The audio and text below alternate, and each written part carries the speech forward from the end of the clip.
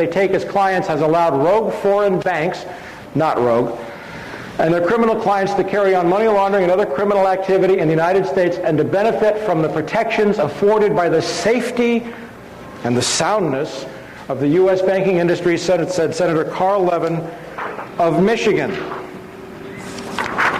Specifically mentions J.P. Morgan Chase. On the next page, 4,000 offshore banks to launder money into the United States, $1 trillion laundered annually. That's conservative. Money laundered in which the Clinton administration declared a national security threat. Not true. It's a national asset as far as Wall Street is concerned. Carl Levin said $500 billion moved through the U.S. banking system in drug money every year. That's liquid cash. And you want to know how important liquid cash in this was? There's a saying. One of my dear friends and colleagues and mentor, Catherine Austin Fitts, is a former Assistant Secretary of Housing. She was a managing director of Dillon Reed on Wall Street. She says cash flow is everything.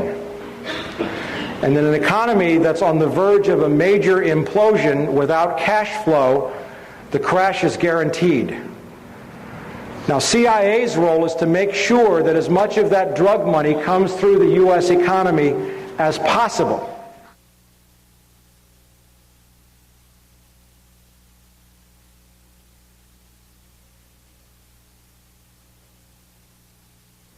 When I was a little girl, I grew up at 48th and Larchwood in West Philadelphia, and the Solari Index was 100%. The Solari Index is the index that I use to describe the well-being of a neighborhood. It's the percent of people in a neighborhood who believe that a child can leave their home, go to the nearest place to buy a popsicle, and come home alone safely. It was unthinkable that a child wasn't safe at 48th and Larchwood in West Philadelphia in the 1950s.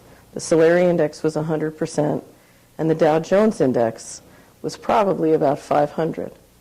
Today, it's reversed. The Dow Jones Index is very high at about 10,000, and the Solari Index is at very low in West Philadelphia and very low throughout the United States. And why is that? It's because one of the ways that we finance the growth of multinational corporations and big banks and the rise of the Dow Jones is by selling narcotics to our children. It's one of the most profitable businesses in America. About a year ago, I gave a speech called How the Money Works in Organized Crime to a wonderful group of people in Philadelphia.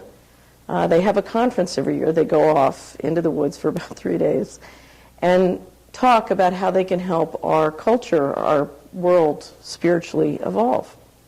So I gave my presentation on how the money works as organized crime, describing what is arguably the biggest, most profitable industry in the United States today. And towards the end, we were discussing the fact that the Department of Justice estimates that the United States is the leader in laundering organized crime profits of about $500 billion to $1 trillion a year. So I asked the audience, what would happen if we stopped being the worldwide leader in laundering $500 billion to $1 trillion a year? And they said, well, you know, if we stopped, our mutual funds would go down in price, the stock market would crash.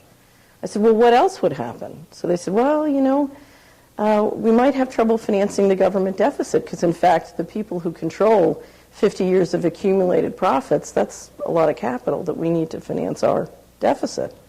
So I said, okay, well, I'll tell you what, let's pretend there's a big red button right up here on the lectern right in front of me. And if you push that button, you can stop all organized crime in America, and you can stop America laundering $500 billion to $1 trillion of organized crime profits every year. Who here will push the button? And out of 100 people, only one person would push the button. And I said, okay, so what you're saying is you want a whole armada of people to sell drugs to your children and grandchildren to keep your mutual funds up and your government checks coming. And they said, yes, that's right. Now, there are many ways to change that. There are many ways to re-engineer our financial system and our resources so that the Solari Index and the Dow Jones can be friends. So that when we get the Solari Index to go up by making sure our neighborhoods are safe for children, the real estate can go up in value, the small businesses go up in value. There are many ways to make the Solari Index and the Dow Jones friends. But before we can do that, before we can have that conversation, we have to face what's happening. We have to face that we are addicted to drug profits, because if we